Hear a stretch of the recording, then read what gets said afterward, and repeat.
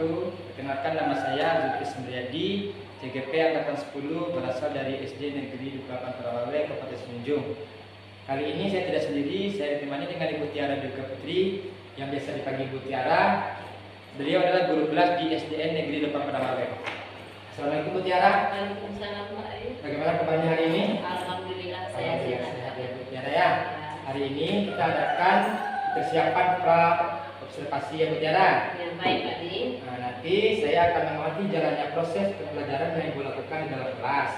Ya, baik Pak Di. Adapun tujuan dilakukan supervisi ini adalah mengetahui dan juga mengevaluasi jalannya proses pembelajaran yang Ibu lakukan.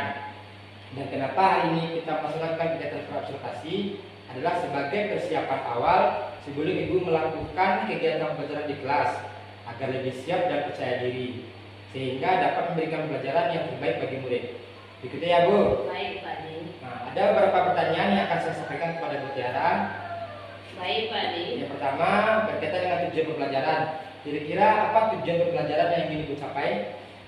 Berdasarkan rancangan pembelajaran yang saya tuliskan di sini ada dua tujuan pembelajaran di antaranya. Satu, setelah memperhatikan video pembelajaran, siswa dapat menemukan aturan pembagian dari cara pembagian yang bilangan pembaginya sama besar. Yang kedua, dengan penugasan siswa mampu menentukan aturan pembagian dari cara pembagian yang bilangan pembaginya sama besar. Jadi ada dua tujuan pembelajaran yang Ibu capai. Nah, bagaimana area pengembangan yang ingin Ibu lakukan pada saat observasi nanti? Area pengembangannya ada dua, yaitu pada pengetahuan dan juga pada keterampilan. Pada pengetahuan, yang pertama siswa mampu memahami pembagian yang bilangan pembaginya sama.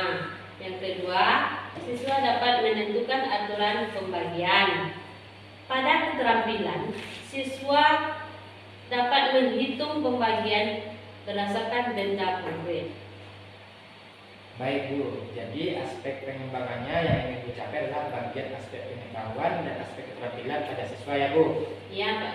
Oke, saya ingin mendengar Bu Tiara, bagaimana rancangan pembelajaran yang Ibu terapkan di dalam kelas? Mungkin dari strategi pembelajarannya, model pembelajarannya, ataupun dari metode pembelajarannya. Baik, untuk strategi pembelajaran yang saya gunakan adalah pembelajaran berdiferensiasi berdasarkan kesiapan belajar siswa yang diintegrasikan dengan pembelajaran sosial emosional. Kemudian saya akan melakukan pembagian kelompok sesuai dengan kemampuan, keterampilan, dan keaktifan siswa. Untuk model pembelajarannya, saya menggunakan model PJBL, Project Based Learning. Untuk metodenya, saya menggunakan diskusi kelompok, tanya jawab, dan penugasan. Begitu Pak Adi. Baik, jadi rencana yang ingin Ibu terapkan di dalam kelas yaitu menggunakan strategi pembelajaran berdiferensiasi yang diintegrasikan dengan pembelajaran sosial emosional. Kemudian model pembelajarannya PJBL atau Project Based Learning, dan metodenya adalah diskusi kelompok, tanya jawab, dan penugasan ya Bu? Iya Pak Adi. Nah, bagaimana dengan media pembelajaran yang akan Ibu pergunakan di dalam kelas?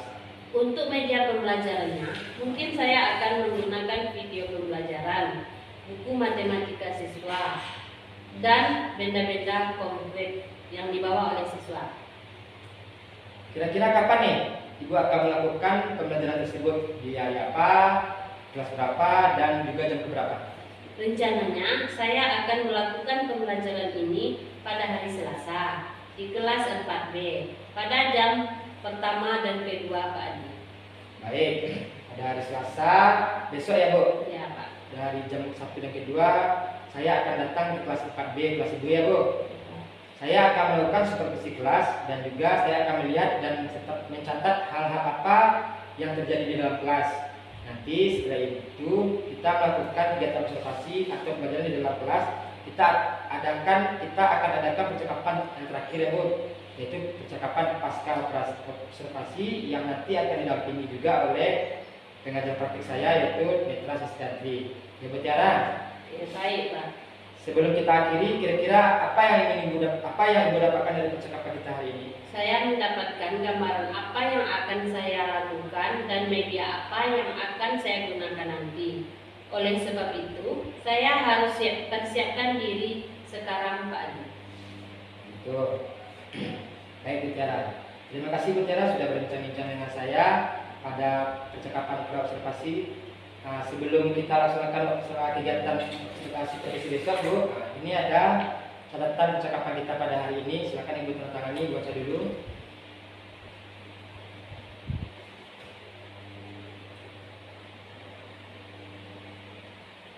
Nah, Oke, Pak. baiklah, terima kasih Bu Tiara. Sama-sama, Pak Adi. Demikianlah percakapan kita hari ini. Sampai bertemu besok di kegiatan observasi kelas dan pasca observasi.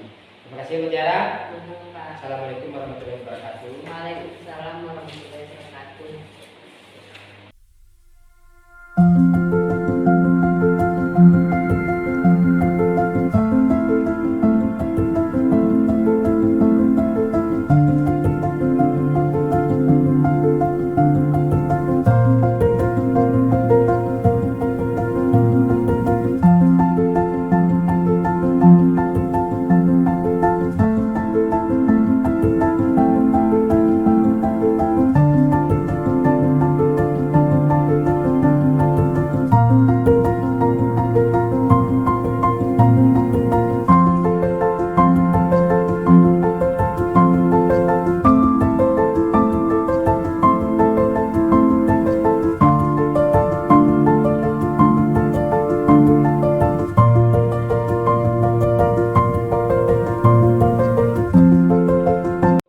Kabupaten Sijung yang berasal dari SD Negeri Desa Purnalawe.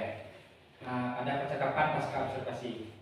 Saat ini saya ditemani oleh Ibu pengajar praktik kita, Ibu Netra Sisiatri, Bu. Selamat datang, Bu.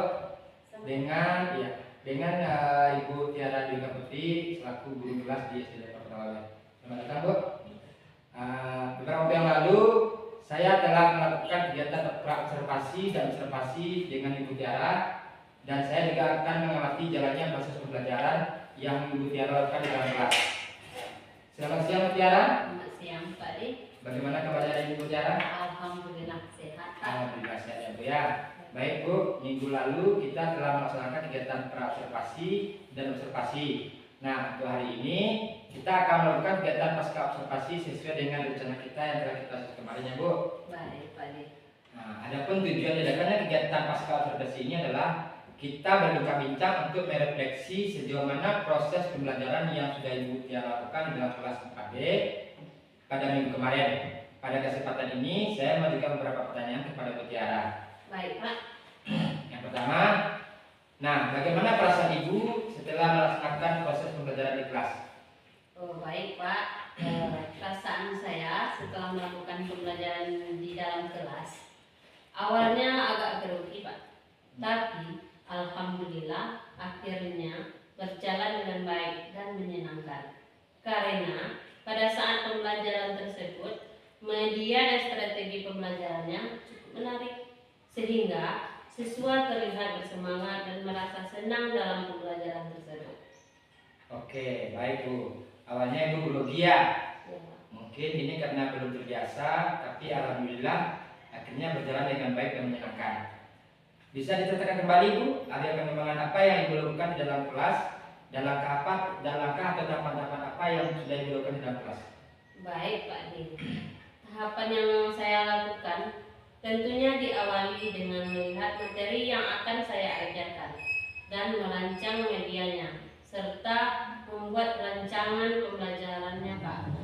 Untuk area pengembangannya adalah area pengetahuan dan juga keterampilan. Nah, untuk pengetahuan, yang pertama siswa mampu memahami pembagian yang bilangan pembaginya sama. Yang kedua, siswa dapat menentukan aturan pembagian. Pada keterampilan, siswa menghitung pembagian dengan benda konkret. Begitu, Pak. Baik Bu, jadi aspek pengetahuan pada area pengetahuan berkaitan dengan pengetahuan dan keterampilan. Nah, menurut Ibu, sejauh mana area pengembangan yang sudah Ibu sampaikan tadi, apakah sudah berhasil dilakukan dalam kelas atau tidak? Menurut saya Pak, alhamdulillah sudah berjalan dengan baik Pak. Namun masih ada beberapa kekurangannya. Baik, berarti Ibu sudah melakukan yang baik dan sesuai dengan apa yang Ibu rencanakan. Namun masih ada beberapa kekurangan, gitu ya. Ya, Pak. Nah, menurut Ibu, apa sih kekurangan atau kendala-kendala yang Ibu hadapi pada saat proses pembelajaran dalam kelas? Kekurangannya atau kendala yang saya hadapi, masih ada beberapa siswa yang tidak terlibat aktif dalam proses pembelajaran.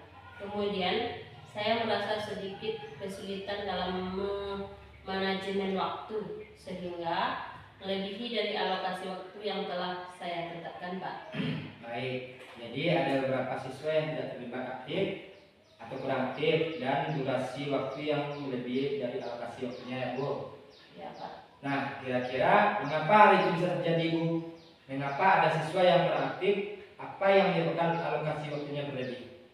Mungkin salah satunya penyebabnya itu karena saya tidak melakukan pembagian kelompok secara heterogen. Nah, kemudian bisa juga disebabkan oleh gaya belajar siswa yang kurang sesuai dengan minat siswa tersebut.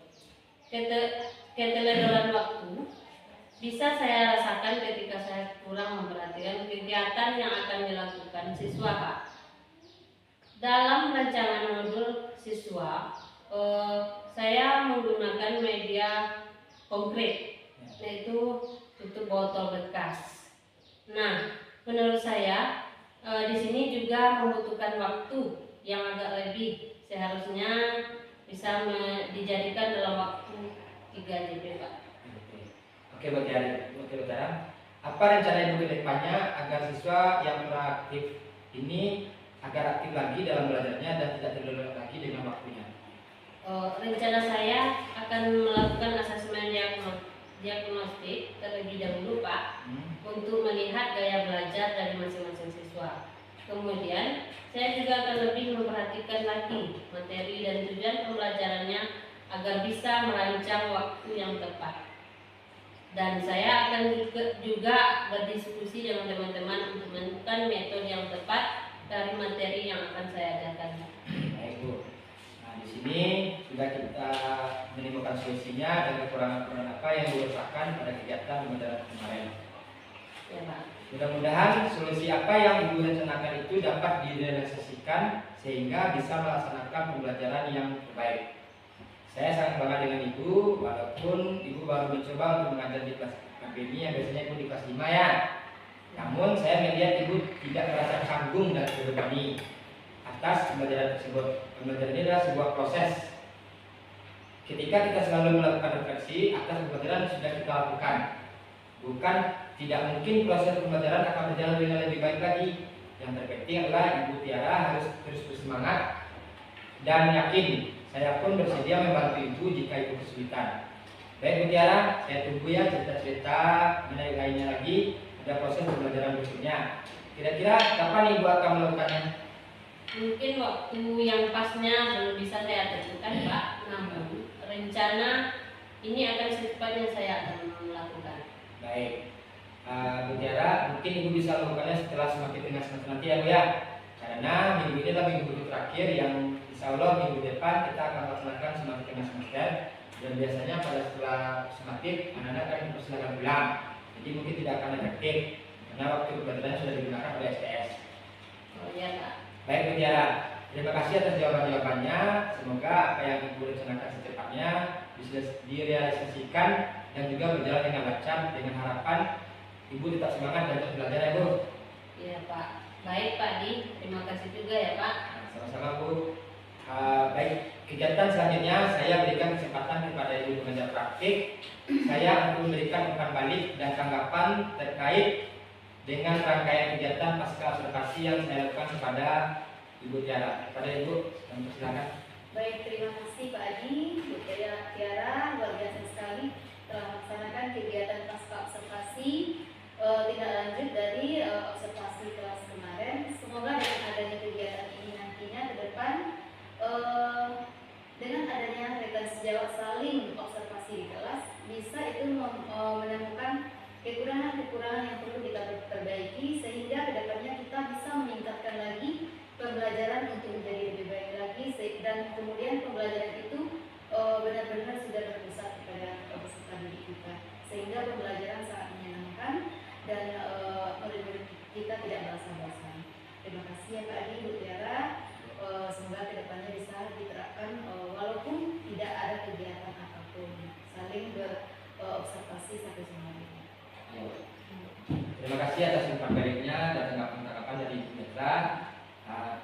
pula terkait rangkaian kegiatan pasca observasi ini. Akhirnya rangkaian ini sudah selesai. Terima kasih saya ucapkan kepada Ibu Netra selaku pengajar praktik saya dan Ibu Tiara. Saya sudahi dengan Assalamualaikum warahmatullahi wabarakatuh. Waalaikumsalam warahmatullahi wabarakatuh.